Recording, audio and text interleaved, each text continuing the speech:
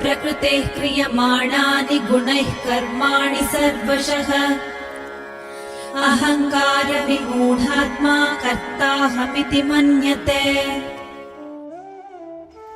All activities are carried out by the three modes of material nature. But in ignorance, the soul, deluded by false identification with the body, thinks itself to be the doer. Now, having told Arjuna about the path of actions, Sri Krishna is adding a little philosophy to clarify further. So he says, Arjuna, the soul actually does nothing. We all, in the Vedic tradition, this understanding of the I is deep enough, right? That we are not the body, we are the soul. So the soul is divine and the body is material. Sri Krishna has said in the second chapter, Nainam chindanti shastrani nainam dahati pavakah na chainam kledayantyapo na shoshayati marutah achedyo yamadahyo hyam akledyo shoshya evatah nitya sarvagatah sthanu rachaloyam sanatanah. Very popular verses of the second chapter of the Bhagavad Gita. Arjun, the soul can neither be cut by weapons, nor burnt by the fire, nor dried by the wind, nor wet by the water. It is eternal, unchanging, immortal. It is divine. So the soul neither becomes young, nor middle-aged, nor old. The soul is neither born, nor does it die. It's divine. Similarly, the soul neither eats, nor sleeps, nor walks, nor talks. It's a divine spark inside. The soul is not performing all these functions. These functions are all of the body, mind, and intellect. Just like your body is undergoing processes. You are sleeping and still the heart is beating, the lungs are breathing, the kidneys are functioning, the liver is doing its bit. All the organs are at work. Are you doing anything? Not really, it's material nature. The processes are all being taken care of by material nature. You cannot say, I did a great job breathing at night.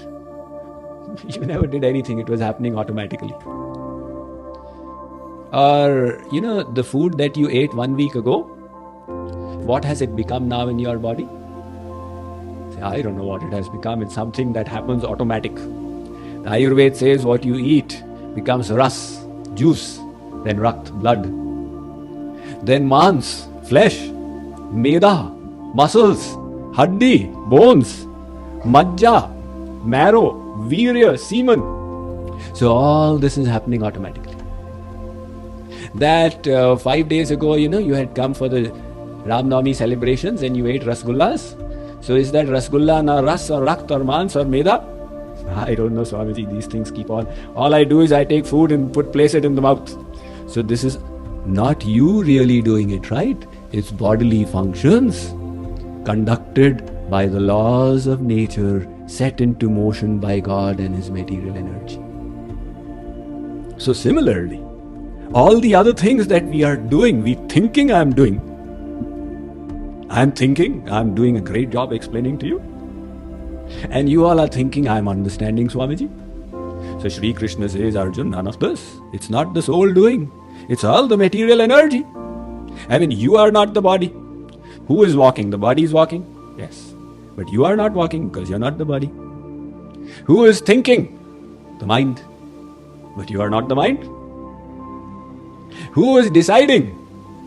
The intellect, but you are not the intellect. So none of these actions are directly performed by the soul. So Sri Krishna says, Ahankara vimudhatma. Now why is the soul thinking I am the doer? What is making the soul get this impression that I am doing all these things? Why is the soul identifying itself as the doer of the works performed by the body-mind-intellect mechanism? It is the ego that is creating this, ahankar. The ego is the first covering on the soul. We say the soul is in Maya, engulfed by the material energy. So how does Maya engulf it? The first covering is the ego. This ego creates a false identification. And the divine soul starts thinking, I am this body, I am the mind, I am the intellect. So it has created that false identification. So now in that identification, we are thinking, I am doing this, I am doing this. Just like you have a dream state. So the dream state is a world of its own. Sometimes you have become the richest person in the world, and sometimes some big guy is coming and slapping you, or you're trying to run from an animal, etc. It's a world of its own.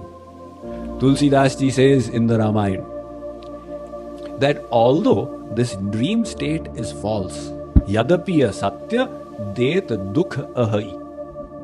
Your dream state is false, but yet it is making you miserable. When you are dreaming, you don't know that you are dreaming. If you did, the dream would come to an end. So as far as you are concerned, the experience is real, it is actually happening. And in that dream state, if it's a bad dream, you really get the experience of suffering. If it's a good dream, you get the experience of joy. So Tulsidas ji says, "Jo sapne sir kaate koi, binu jage na duri dukh hoi." He writes in the Ramayana, if in your dream somebody cuts your neck, until you wake up, the misery will not stop. So similarly, our soul, because of the ego, has identified with all this. So when the body, mind, intellect are experiencing the sensation of suffering, the soul is thinking, I am suffering. When there is joy, the soul is thinking, I am joyous. And the enlightened saints who are beyond the bodily platform, they are indifferent. Matra sparshastu kaunteya shitoshna sukha dukkhada agama paino nityastan stitikshasva bharata. So Sri Krishna is telling Arjun, the winter comes and the summer comes. Do you get disturbed? Why has the winter come? Do you get disturbed? Why has the summer come? It's a natural process. Similarly, Arjun, the sensations of pleasure and pain will naturally come and go. As the senses come in touch with the objects, the wise person learns to tolerate both. So that is the wise person who is beyond the bodily platform. There are souls like that. Practical experience, Kripaluji Maharaj. This is a long time ago. I've heard from the devotees, his old devotees. He was in Calcutta when his appendix burst. And he continued. On the third day, his situation was bad, and then the devotees insisted, you have to go and see the doctor. Doctor said, how come you are alive? We have to do an immediate operation. So he said, all right. So they gave him one anesthesia injection to make him unconscious, and nothing happened to him. Then they gave him another one, still nothing happened to him. They kept giving him, so he saw their confusion. He said, how long do you want me to remain unconscious? They said, we need it for 6 hours. So he said, all right, I'm going to sleep. He went off for 6 hours. After 6 hours, he came back to consciousness. So that is the enlightened saints who are beyond the bodily platform. But in the conditioned state, we are thinking because of the ego that I am this. And we are identifying with the pleasures and the pains of this body, mind, intellect. We don't even realize I am not the mind. Swamiji, I am depressed. You are not depressed, the mind is depressed. Yeah, what you say is right, but I can't see this difference. Sometimes we see the difference between the body and I, but the difference between the mind and I becomes even more difficult to see. And the difference between the intellect and I, now this is almost impossible to see. But the process of purification makes this slowly possible. As we purify, the original nature of the soul starts manifesting. And then one through realization can see, these are not my thoughts, they are the thoughts of this mischievous mind. I will not identify with them. These doubts are not mine. I don't have to accept them. It's my intellect making mischief. No. So that enlightened soul is able to see the distinction. But in our conditioned state, we are saying, I am this.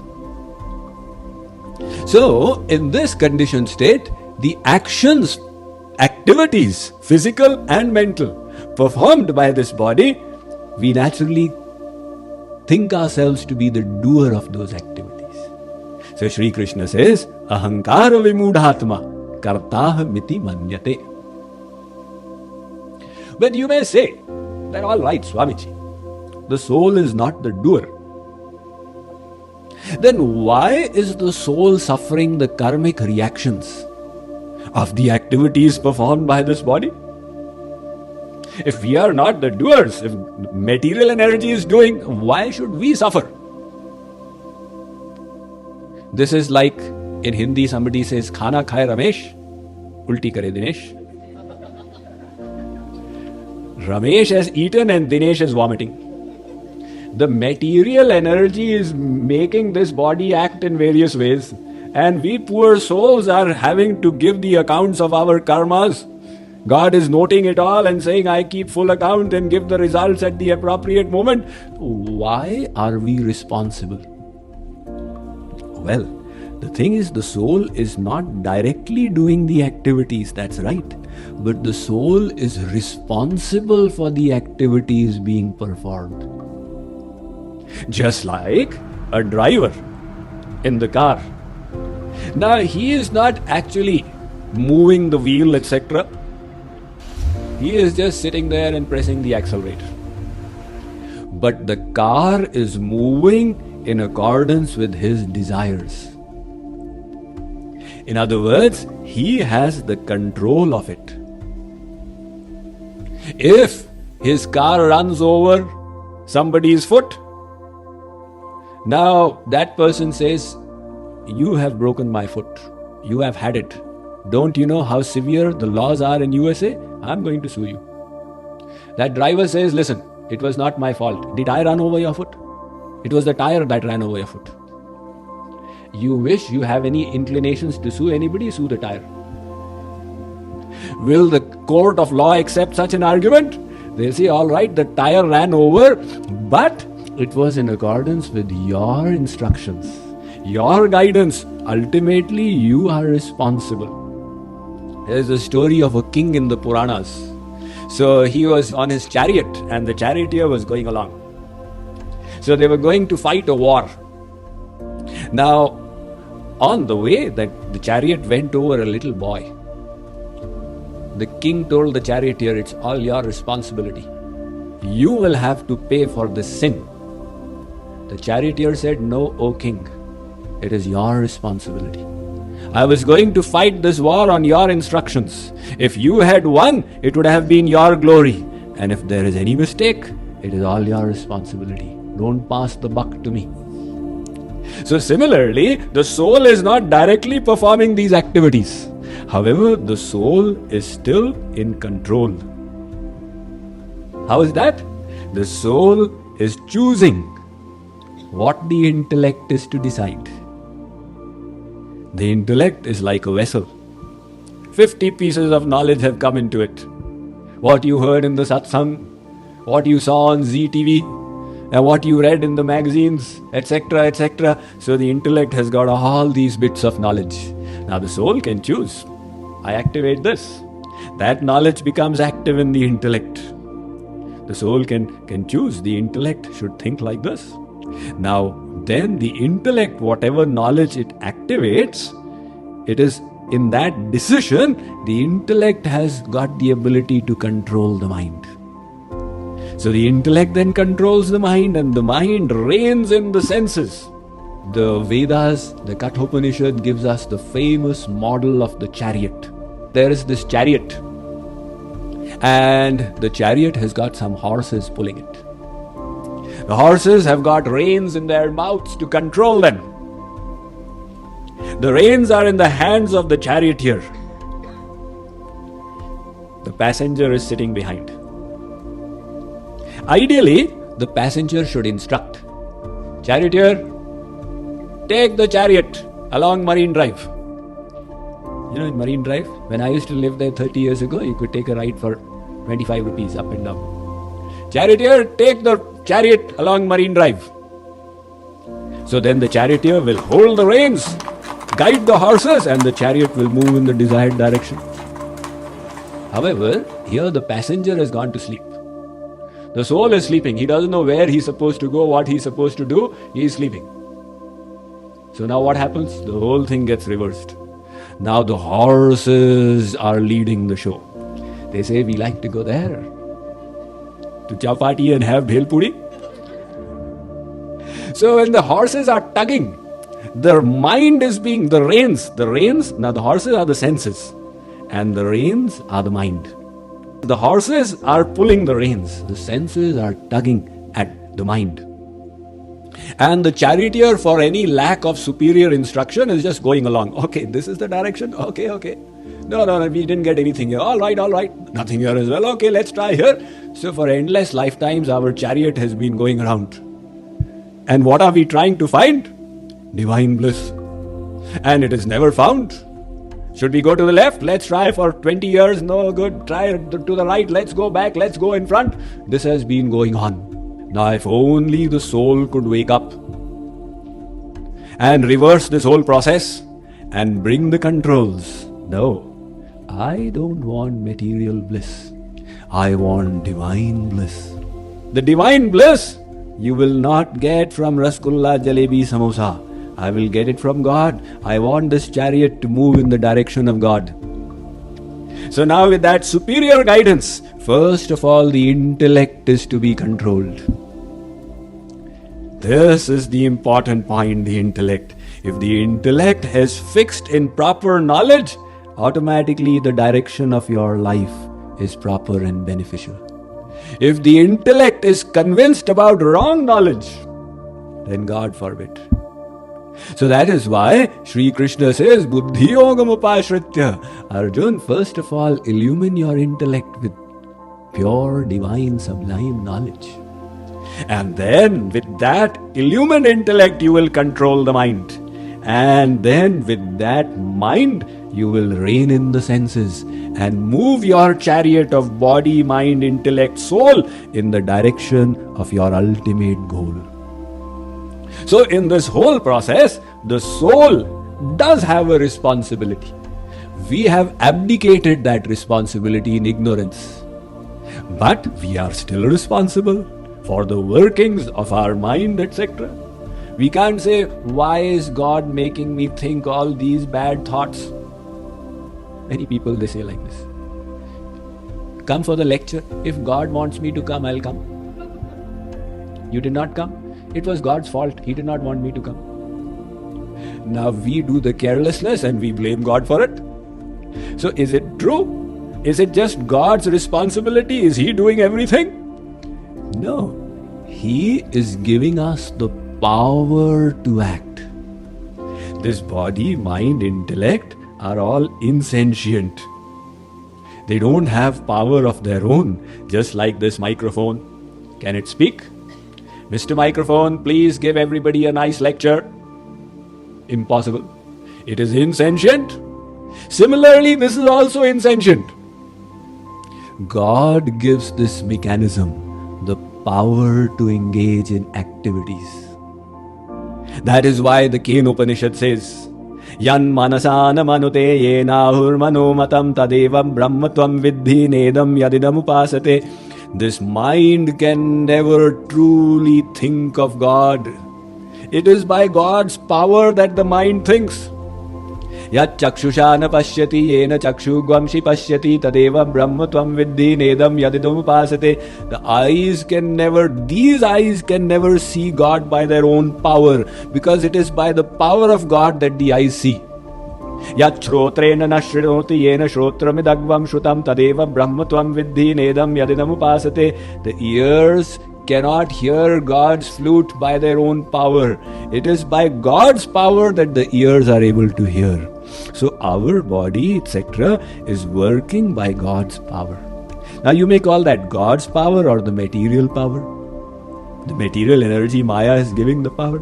Right? So all this is happening because of the power of God. If He did not give the power, we could do nothing. That is why there is this verse, this saying in Hindi, बिना भगवान की इच्छा के एक पत्ता भी नहीं हिलेगा. Without the will of God, not even a leaf will move. Because if He doesn't give the power, what can you do? But once He has given the power, how you utilize it is your own choice. God has given your eyes the power to see. Now either you sit in front of the television and see the serial Kaun Banega Karodpati, or otherwise you go to the temple and see the form of God. But don't blame God. Why is He always making me see television serials? He gave you the power to see. How you utilize the power was your own choice. So that is why, to conclude this topic, there are two kinds of doers. One is the prayojak karta, one is the prayojya karta. One is the provider, one is the utilizer. God is the provider, He is the prayojak karta. You are the utilizer, you are the prayojya karta. So when we say that we are not doing anything, we are saying from the point of view, it's not our energy, it's God's energy. But at the same time, we have a responsibility because we are the prayojya karta. So this subtle point needs to be kept in mind. So that is why it is said, when you are acting, act as if it is dependent upon your actions. But at the same time, internally, try and practice thinking, I am not doing, He is giving all the power. This was the instruction of Vasisht to Ram. Vasisht was the guru of Ram. In Yoga Vasisht, he says, Karta Bahira Karta Antara Vihara Raghava. He says, Ram, externally, do all your actions sincerely, carefully. At the same time, Akarta Antara. From inside, practice thinking, I am not the doer, it is all God. So this dual philosophy needs to be kept in mind. So even while doing actions, practice thinking, I am not the doer. So Sri Krishna says, Arjun, the materially conditioned soul, because of the ego of identifying with the body, is under this wrong concept, I am the doer.